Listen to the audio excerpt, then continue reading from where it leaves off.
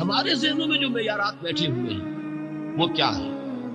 کامیابی پیسے سے ہے، کامیابی جائیداد سے ہے، کامیابی کاروبار سے ہے، کامیابی شہرت سے ہے، کامیابی اقتدار سے ہے۔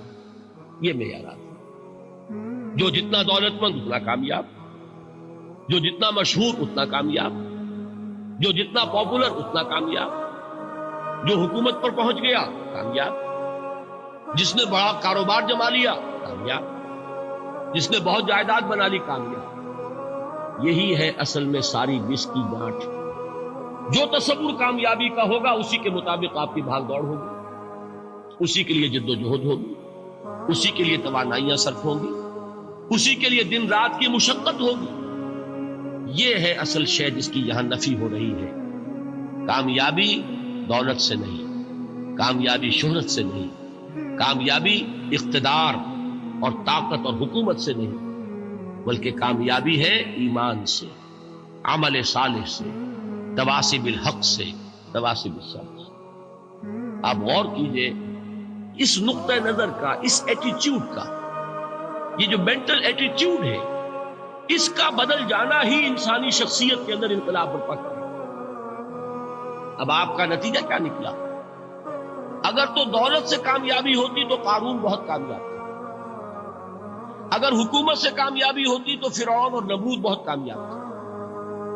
کامیابی ان سے نہیں، کامیابی انسان دولت میں قارون کی دولت تک پہنچ جائے اور دنیا میں دبدبہ اور اقتدار اور سلطنت اور حکومت کے اعتبار سے وہ نمرود اور فرعون کا مقام حاصل کر لے، وہ ناکام ہے، خائب ہے، خاسر ہے، برباد ہے۔ اور ابو ذر غفاری کامیاب ہے، چاہے ان کے پاس کچھ نہیں، جھونپڑی تک نہیں تھی، کوئی گھر نہیں تھا۔ حضور نے فرمایا ہے اللہ کے کچھ بندے ایسے ہوتے ہیں جو کسی محفل میں جانا چاہیں تو انہیں اجازت نہ ملے، جو کہیں اگر رشتہ کرنا چاہیں کوئی ان سے رشتہ کرنے کو تیار نہیں، کہیں کوئی سفارش کرنا چاہے تو ان کی کوئی بات ہی نہ سنے۔ لیکن اللہ کے ہاں ان کا وہ مقام ہے کہ اگر بھولے سے بھی کسی بات پر قسم کھا بیٹھتے ہیں تو اللہ ان کی قسم کی لاج رکھتا ہے۔ یہ ہے فرق، یہ جان لیجیے اچھی طرح۔ اس بات کا مان لینا آسان، اس پر سبحان اللہ کہنا آسان، لیکن اس کے مطابق آپ کے اپنے ذہن کا بدل جانا بہت مشکل ہے۔ اس لیے کہ ہم متاثر ہوتے ہیں اپنے ماحول سے۔ وہ بڑا محل ہے، دیکھ کر ایک دفعہ جھرجھری آتی، وہ بڑی سی 20 فٹ لمبی کار سناٹے کے ساتھ آپ کے پاس سے گزر گئی۔ ایک دفعہ اعصاب کے اندر ارتعاش ہوتا، محسوس ہوتا ہے بڑے یہ نصیبے والے لوگ ہیں، بڑے خوش نصیب، بڑے کامیاب، حالانکہ کچھ معلوم نہیں کہ یہی سب سے بڑی بدنصیبی ہو سکتا ہے کہ یہی سب سے بڑی ناکامی ہے۔ اگر ذہنوں میں یہ بات بیٹھ جائے کامیابی کس شے سے، یہی وجہ دیکھیے قرآن مجید میں بارہا آپ دیکھیں اولئک ھم المفلحون، یہ ہے لوگ کامیاب ہونے والے۔ آج یہ آپ نے نماز میں وہ آیات سنی، یا ایھا الذین آمنوا ارکعوا واسجدوا واعبدوا ربکم وافعلوا الخیر لعلکم تفلحون۔ اے ایمان والو، رکوع کرو، سجدہ کرو، اپنے رب کی پرستش اور بندگی کرو اور اچھے کام کرو تاکہ تم کامیاب ہو جاؤ۔ تو کامیابی کن چیزوں سے ہے؟ یہ ہے سب سے بڑا سبق۔ یہ ہمارے دل میں اگر بات بیٹھ جائے، ٹھک جائے، تو زندگی بدل جائے گی، صبح و شام بدل جائیں گے، نقشے بدل جائیں گے، بھاگ دوڑ کا رنگ بدل جائے گا، ویلیو سٹرکچر بدل جائے گا۔ آج وہ ایک چیز نہایت اہم نظر آ رہی ہے، کل نہایت غیر اہم نظر آئے گی۔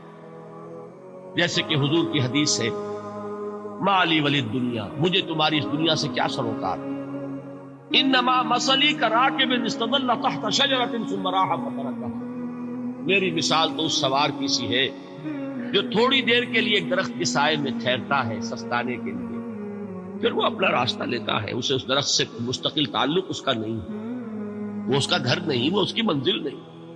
اسی طرح یہ دنیا میرا گھر نہیں ہے۔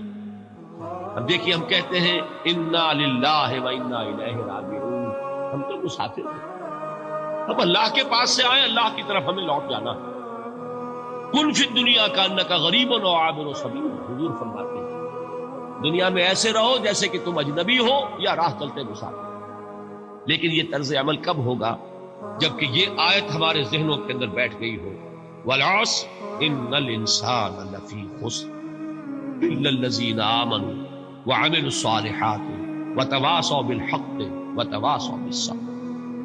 یہ ہے اصل بات جو میں نے عرض کیا تھا کہ میں بتاؤں گا صحابہ کیوں ایک دوسرے کو یاد دلاتے ہیں۔ اس لیے کہ دیکھیے جیسے برف باری اگر ہو رہی ہو، آپ باہر نکلیں گے تو برف آپ کے کپڑوں پر جم جاتی ہے نا، تو آپ جھٹکتے ہیں کپڑوں کو تاکہ برف ہٹ جائے۔ ہمارے ایمان پر اس دنیا میں رہتے ہوئے جب ہم متاثر ہوتے ہیں ماحول سے تو گردہ آ جاتا ہے، برف پڑ جاتی ہے، اس کو جھٹکتے رہنے کی ضرورت ہے۔ اور وہ جھٹکنے کی بہترین اور مؤثر ترین شکل یہی ہے کہ یاد رکھو کامیابی ان چیزوں سے نہیں ہے۔ چمک دمک جو ہے دنیا کی، یہ ساری چمک دمک جو تمہیں رجھا رہی ہے، جو تمہیں اپنے اندر گم کیے ہوئے، یہ لفظ گم پر اقبال کا وہ شعر یاد آ گیا کہ کافر کی یہ پہچان کہ آفاق میں گم، اور مومن کی یہ پہچان کہ گم اس میں ہے آفاق۔ تم گم نہ ہو کر رہ جاؤ، اس میں مبہوت نہ ہو کر رہ جاؤ، مرعوب نہ ہو کر رہ جاؤ، دنیا ہی کی محبت تمہارے اوپر ڈیرے نہ ڈالے، تمہارے دلوں کے اوپر مسلط نہ ہو جائے۔ لہذا تازہ کرتے رہا کرو، وَالْعَصْرِ إِنَّ الْإِنسَانَ لَفِي خُسْرٍ إِلَّا الَّذِينَ آمَنُوا وَعَمِلُوا الصَّالِحَاتِ وَتَوَاصَوْا بِالْحَقِّ وَتَوَاصَوْا بِالصَّبْرِ۔